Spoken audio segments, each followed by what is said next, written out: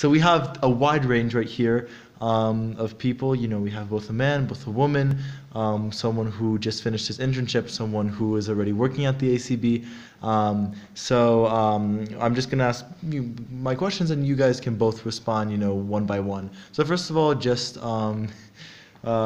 if you feel comfortable with age, from where are you from, and what's your job? Okay, you go. I'm 36 from Sofia and I work in the Atlantic Hub of Bulgaria. I'm 25 and I'm from Plovdiv, but I'm not working right now. I'm actually just finished my internship and I'm finishing my master's degree.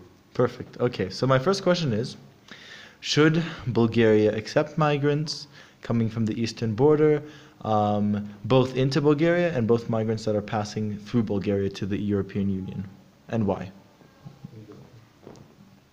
In general, I agree with this, Uh-huh. but as much as I know, they just don't want to stay in Bulgaria. They just want to pass and go in some other countries. But you're okay with, you know... I'm okay if the country gives them in the next 6 months refugee documents so they can stay legal, because as much as I know, they are putting them here for even 1 or even more longer period. So they just stay in the camp without any documents, which is bad for them because they want to start work and they cannot. So if the procedure is 6 months as is supposed to be by law, not longer, I'm fine. So you feel the problem is not even with the migrants, it's the problem with the procedures and the processing it's here. Longer than it's supposed to be. It's supposed to be 6 months, but they stay there like even longer. But is that because the migrants are in what is it called? Is that because the migrants are seeking to stay here, or is it because they are trying to move on to other European countries and they don't want to get the documents? Or it's mostly because they don't have any documents when they come. So it's that they don't have the chance. It's because Bulgaria is not living up to it, the government. Yeah. Interesting. Yeah. Okay, and what about you? Yeah, I'm almost thinking about exactly the same about this topic, but I'm not pretty much okay with them staying here, and it very depends on how much actually migrants we have, you know, because I think that immigration should be controlled in a way, because you know, the European Union is the most advanced, if I'm honest, the most expensive place actually in the world.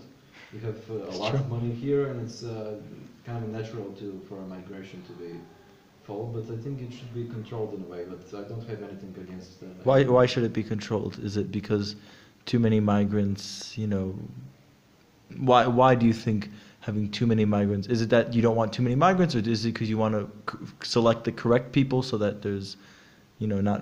Well, I do think there should be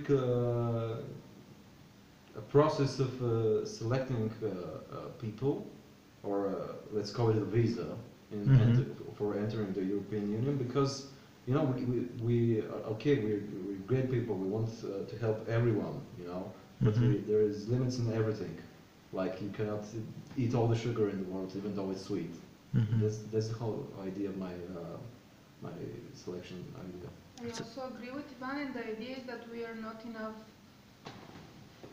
rich, let's say, somehow. So if we want to keep these people and they have to live a normal life, we're supposed to know what kind of number we have to have so they can live normal life, so they can work and support their family instead of doing some bad things in the country or trying to be in the underground places and things like this. So we have to know the number, and we have to be sure that we can at least give them something as a beginning so they can continue their life, because some of them are educated, or even not, they can find a job, they can learn the language and everything else.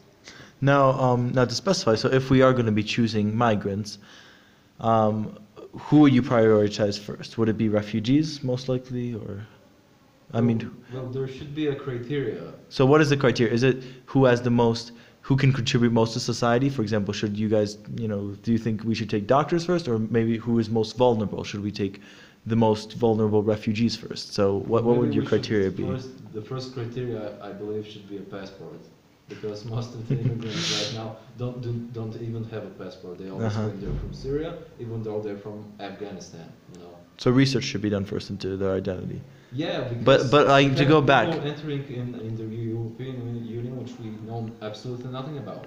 But I mean, again, to go back to the question, like, would you prioritize a refugee who's most vulnerable, who's most in need. So you do the research, you find out that this person is coming from Syria, that they are threatened, that they're a true refugee. Would you prioritize that person, or would you prioritize someone who makes the greatest economic contribution? For example, someone from Syria who has medicinal training, you know, because there's a lot of people coming from middle class, doctors. So who would you prioritize, or some other, you know, criteria? Well, I cannot say prioritize and put doctors above refugees. You know, when you think about immigrants and refugees are completely different categories. A refugee comes, stays for a while, and leaves. An immigrant comes and starts living in your country. So there should be a massive dividing line for me, and which we actually don't have right now. And for me, this is the biggest question, which is not answered. So you think the system should be solidified. And what about you? I think the same. Okay. I know, it was a bit of a complex question. Now my third question is, and we have 5 just to keep you on pace. My third question is, do you believe that, okay, well, in Bulgaria, right, there is a sizable group that does oppose refugees, migrants. It feels uncomfortable with them, right? Yes. Why do you believe, you know, and I'm not saying that there's more or less of them than in other countries, but there is a good presence here in Bulgaria. Why do you believe that is so? What about, you know, I think what has because stimulated it? they're not enough informed about Mhm. them. They Mhm. don't have enough information about the real situation in those countries where these people come from, and they really are not interested to know more about them, because I have a lot of examples from the people I know, and I really thought they are enough educated to welcome, let's say, somehow Mhm. the migrants and the refugees, but they are so much against them just because they heard in the public transport, or because they heard from a lady next on the line in the shop that these people are not good, which is not an explanation. For me, it's because every terrorist attack in recent years is linked to immigration. For me, that's the biggest deal. Yeah. So do you think? Because they're actually coming from countries which were fine 10 years ago, and now are completely destroyed. And I guess those people believe that these people coming into the European Union and Bulgaria in particular are bringing their problems with them. Mhm.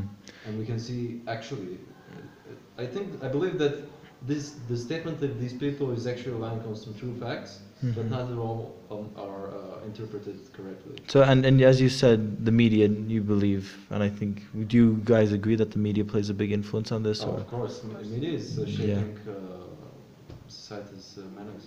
the media. Yes. Okay, and my fourth question is, it's a bit harder, but you as students of international politics are well fit to answer this. I mean, could you just give a brief analysis, very brief, the European Union, USA, and Russia? How do you think these countries, do they negatively, positively affect migration? Their own policies, do you think they're good or bad? I mean, people tend to not. If you want to skip Russia, it's okay because it's has a complex migrant policy and such. But especially the EU and the US, how would you evaluate their policies on migrants?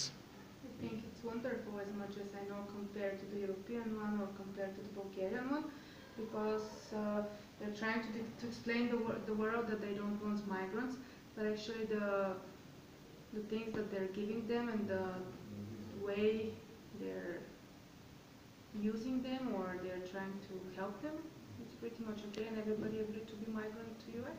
So the EU should learn from the US then, policy maybe. I think the thing is because US need these people, and I'm not sure that EU really needs such a people. I'm kind of on the opposite side, because nowadays today's U.S. immigration policy is a lot different than a few years back after Trump's presidency. You know, the ban on people from Iran, for instance, which is for me ridiculous. And Me too. also all the talk about the wall, you know, and you know, the states have their own massive problems connected with South America. Our European problems are different, Yeah. And because we are connected actually with the Middle East by land, Mm-hmm. um, the states have kind of the same problem. Interesting. Yes, they do with Mexico, but you should consider that there are a lot more people in the Middle East who are in crisis situation than Yeah. the ones in Mexico. So it's a different situation, basically. It's Yeah, a different scenario. situation, and Russia is also having some problems with migration. Yeah. And Mm-hmm. the ways are kind of more barbaric ones, may call them, by pushing people away. But they also do have a lot of problems connected with actually creating problems which lead to more migrants. And I'm talking about that most of the ISIS, for example, leaders and commanders who are working in ISIS and not in the Come from Russia. top shelf positions are actually coming from Russia. Yeah, I'll say two things, just to contribute to the conversation. One interesting thing is actually Obama. Trump probably will extend this, but Obama actually extended. More people were. There was an increase in deportations of illegal immigrants from Mexico to the U.S. Deportations of them under Obama than before. So actually, under him there were Under more Trump, deportations. No, under Obama there were. I mean, Trump might increase it, but under the Obama administration there were more deportations of illegal immigrants than before. So it's an interesting fact. And also with Russia, it is interesting because Russia's, as if I'm not mistaken, is the second biggest immigrant country in the world, and it has a lot of Central Asian people. And they don't drive them out as much as they do. Like they don't have as strict a policy, but they're very discriminatory against race. But Yeah, that's a they're different very question. discriminatory, But they don't like keep you from entering. They just But bully yeah, you but once you have get to in. consider Yeah. that Russia is way less developed in the European Union. Yeah. So who in their right mind would want to go to a less developed country? If you're gonna immigrate, if you're gonna run for your life, you Yeah. run for the best. Yeah. That's my opinion. I understand. I would do that if it was I mean, it's again Central Asia. They just have this historic connection. But my last question is, just because I did keep you guys a little longer, I do apologize. But we had an interesting conversation. In these last 5 years, there has been, an increase in migration through the Balkans, also through Bulgaria, though to a lesser degree than, let's say, in Serbia and Greece, but still. And the media has talked about it more, politicians have talked about it more. Do you think, for you personally, and also for Bulgarians in general, that your perceptions on migration have changed following these last 5 years? I don't think so. My personal perceptions have. So you've always had this approach to the question of migration. Yeah, I do believe so. And you? Good. Well, that's a good one. Nice and constant. Perfect. Well, thank you for contributing to Americans' understanding of Bulgarians. You clearly have provided us with a deep 13-minute analysis, and now we can go party.